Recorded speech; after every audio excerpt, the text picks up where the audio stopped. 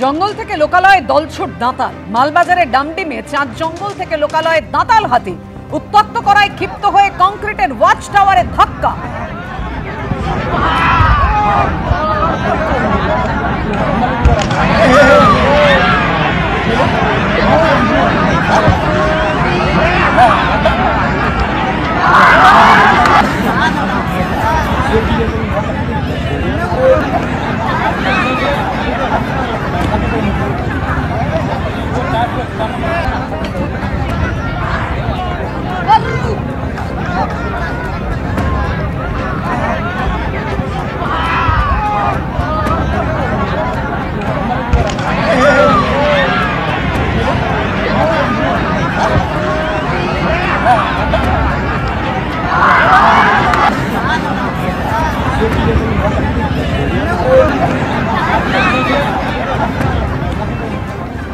মালবাজারের ডামডিমে জঙ্গল থেকে লোকালয়ে পৌঁছে যায় দাঁতাল হাতি। উত্তপ্ত করায় একেবারে ক্ষিপ্ত হয়ে সে কংক্রিটের ওয়াচ টাওয়ারে ধাক্কা মারে। সেই মুহূর্তের ছবি রেখেছি আপনাদের সামনে।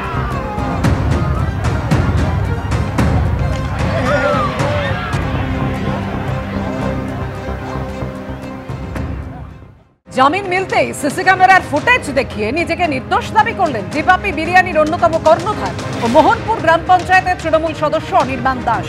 উল্টে দাবি করলেন বাড়িওয়ালা তার কাছে 1.5 লক্ষ টাকা চান, দিতে চাননি বলেই চক্রান্ত করে তাকে ফাঁসানো হয়েছে। জামিনে মুক্ত তৃণমূল নেতার পাল্টা অভিযোগ, কথা কাটাকাটির সময় বাড়িওয়ালা বিশ্বজিৎ দত্তই তাকে ধাক্কা মারে। বাধা দেন অনির্বাণের নিরাপত্তা রক্ষী। ঘর ছাড়তে বলায় অনির্বাণই 3 লক্ষ টাকা চেয়েছিলেন। যদিও পাল্টা অভিযোগ তুলেছেন বাড়িওয়ালা বিশ্বজিৎ দত্ত।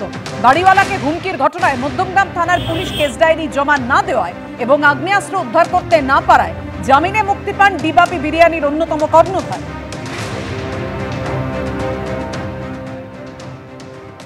দেখানো হয়নি, টোটালি ভিত্তিহীন উনি অভিযোগ করছে।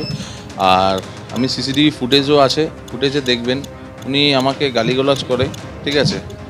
ওখানে তখন আমার সাথে যখন গালিগালাজ করে আমার সিকিউরিটি ওনাকে তখন সরায় ধাক্কা মেরে। আপনি ফুটেজ আছে, ফুটেজে চেক করে দেখুন, উনি আমার উপরে দেখুন চড়া হয়েছে, উনি আমায় এসে ধাক্কাটা মারে।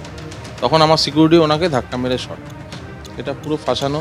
আমি তো বললাম পুরো পরিকল্পিতভাবে উনি সেদিনকে ঝামেলাটা করতে এসছে। আর যার মধ্যে ওনাকে কিছুজন মানে ইন্ধনও দিয়েছে, যার জন্য উনি এই জিনিসটা করেছে। ওনাকে ফিনান্সিয়ালি তারা হেল্পও করেছে, তার জন্য এই জিনিসটা করেছে। আমার কাছে কিছুদিন আগে বলেছি যে আমার থেকে টাকা চেয়েছে সে, ওনার বাড়ি রিপেয়ার করবে বলে। তার জন্য আমি সেই টাকাটা দিইনি, লাখখানিক টাকা উনি চেয়েছে আমার থেকে।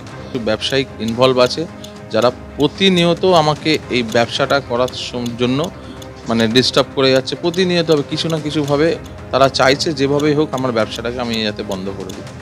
1.5 লাখ টাকা ও আমার ইলেকট্রিক বিল এখনও পেমেন্ট করেনি। যেদিন থেকে ও দোকান ঘর নিয়েছে তারপর থেকে ইলেকট্রিক বিল এখনও পর্যন্ত ঠিকঠাক হয়নি। লাস্ট 6 মাস ধরে ওর কাছ থেকে অল্প অল্প করে টাকা নিচ্ছি। আর 1.5 লাখ উল্টে আমাকে বলছে 3 লাখ টাকা দিতে হবে নাকি। যেদিন ঘটনা ঘটে সেদিনকে আমি জাস্ট বলেছিলাম জিনিসপত্র সরানোর জন্য, মারদাঙ্গা করার পরে বলছে 3 লাখ টাকা দিতে হবে। উল্টে আমাকে 3 লাখ টাকা দাবি, ভাড়া রেখে ভাড়া দিয়েছি, ভাড়া উঠে যেতে বলেছি, উল্টে আমাকে দাবি করছে 3 লাখ টাকা দিতে হবে।